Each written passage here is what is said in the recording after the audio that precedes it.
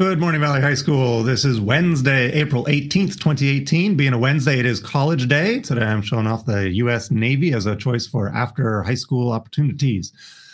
Being College Day, we will have the counselors out at the counselor canopy at lunch today. So if you have any questions for them or just want to stop by and say hi, please do find us in Valley Alley today at lunchtime. That'd be awesome. All right, we're going to get right to the Falcon Flash today. And today we are honoring the late, great Barbara Bush, who passed away yesterday. Barbara Bush is the only woman besides Abigail Adams to be both a wife and a mother of a president of the United States. She was born in New York City on June 8th, 1925. In 1945, she married George H.W. Bush, who became vice president in 1981 and president in 1989. The same year, she started the Barbara Bush Foundation for Family Literacy. Adopting the traditional role of First Lady, Barbara stayed out of White House policy decisions and kept her political views private. "I don't fool around with his office," she said of her husband, "and he doesn't fool around with my household." After her White House years, Barbara redoubled her dedication to public service. She continued her commitment to literacy projects, raising millions of dollars for the cause, but was also able to spend more time with her family, which made a major political comeback in 1998 as son George W. won his second term as governor of Texas, and Jeb was elected governor of Florida. In 2001, her son George W. Bush was inaugurated president, and the former First Lady passed away at her home in Houston, Texas yesterday. We're going to watch a short video biography of the life of Barbara Bush. Barbara Bush was a relentless advocate for her husband and was also dedicated to advancing literacy in the United States. She was born in New York in 1925, the third of four children. The Bushes were married for 73 years, longer than any other president and first lady. Mrs. Bush spoke with us 2 years ago in one of her last televised interviews. You are one of the most beloved first ladies in America, if not the most. No, that's not true. I'm the mother of wonderful children and the wife of the world's greatest man. A modest Barbara Bush was so popular, she surpassed her husband, President George H.W. Bush, in public opinion polls. They met when she was just 16 and married when she was 19, and he was a 20-year-old Navy pilot on home leave during World War II. She often joked that her success in life came from marrying well. What has kept love alive? 1966, George Bush was elected to Congress, and the family headed to Washington, D.C., one of 29 moves that Barbara Bush organized during their marriage. As First Lady, she focused on early childhood education for preschoolers and adult literacy for their parents. I honestly believe that if more people could read, write, and comprehend, we would be that much closer to solving so many of the problems that plague our nation. She won over the American people with her warm, self-mocking charm. And speaking of glamour, I want you all to look at me very carefully. Please notice the hair, the makeup, designer clothes.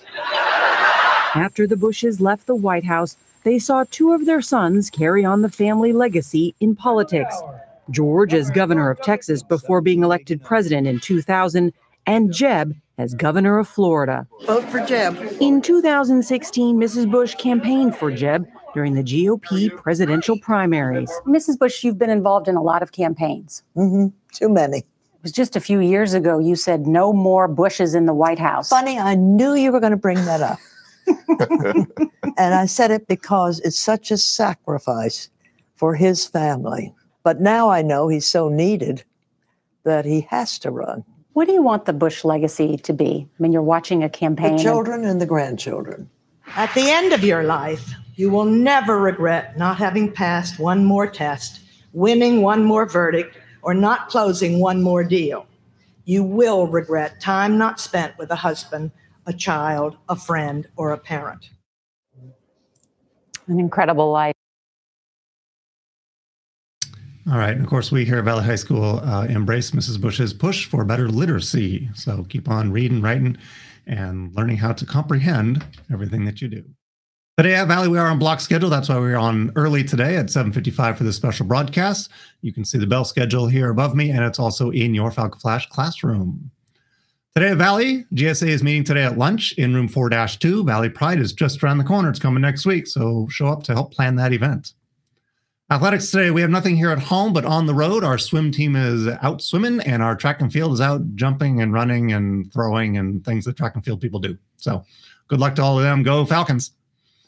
Volleyball wins. Congratulations to the varsity volleyball team. The guys improved their Orange League record to 5-1 with a road win over Catella to open the second round. Falcons totaled 45 kills as a team and were led by Eli Arambolo with 19. Danny Ibarra played an impressive match with 6 kills, 5 blocks, and 2 aces. Defensively, the Falcons combined for 12 blocks and 34 digs to shut down the Knights' attack. Jonathan Hernandez tallied 9 of those digs. In addition, the Frosh Soft team avenged their first round loss to Catella by beating them in straight sets. So congratulations, guys. What happened to our golf one? I had a golf announcement. Where'd it go? Okay, well, we had a golf announcement as well. Golf also did very well yesterday, and now I can't tell you what it was, but thank you to the golf team for doing well as well. We're missing a slide on today's broadcast. Scholarships are due tomorrow. We've got 2 of them. B&D Towing Scholarship for those involved in 2 years of football, wrestling, or track and field throwing program, and the Russ Ford Memorial Scholarship to a graduating senior at Valley who promoted from Spurgeon.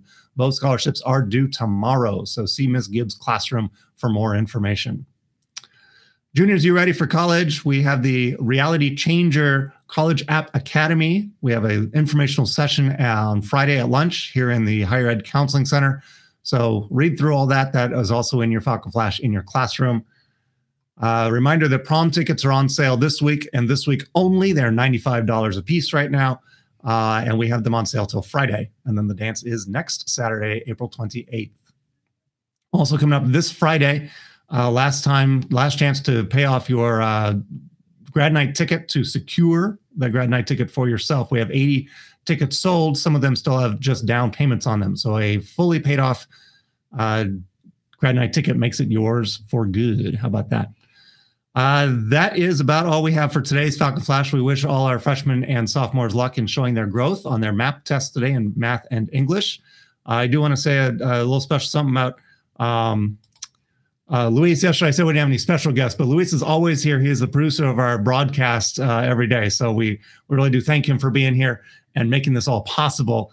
Without him, we'd still be reading this thing over the PA system. So thank you to Luis. My hat's off to you, although your hat is still on.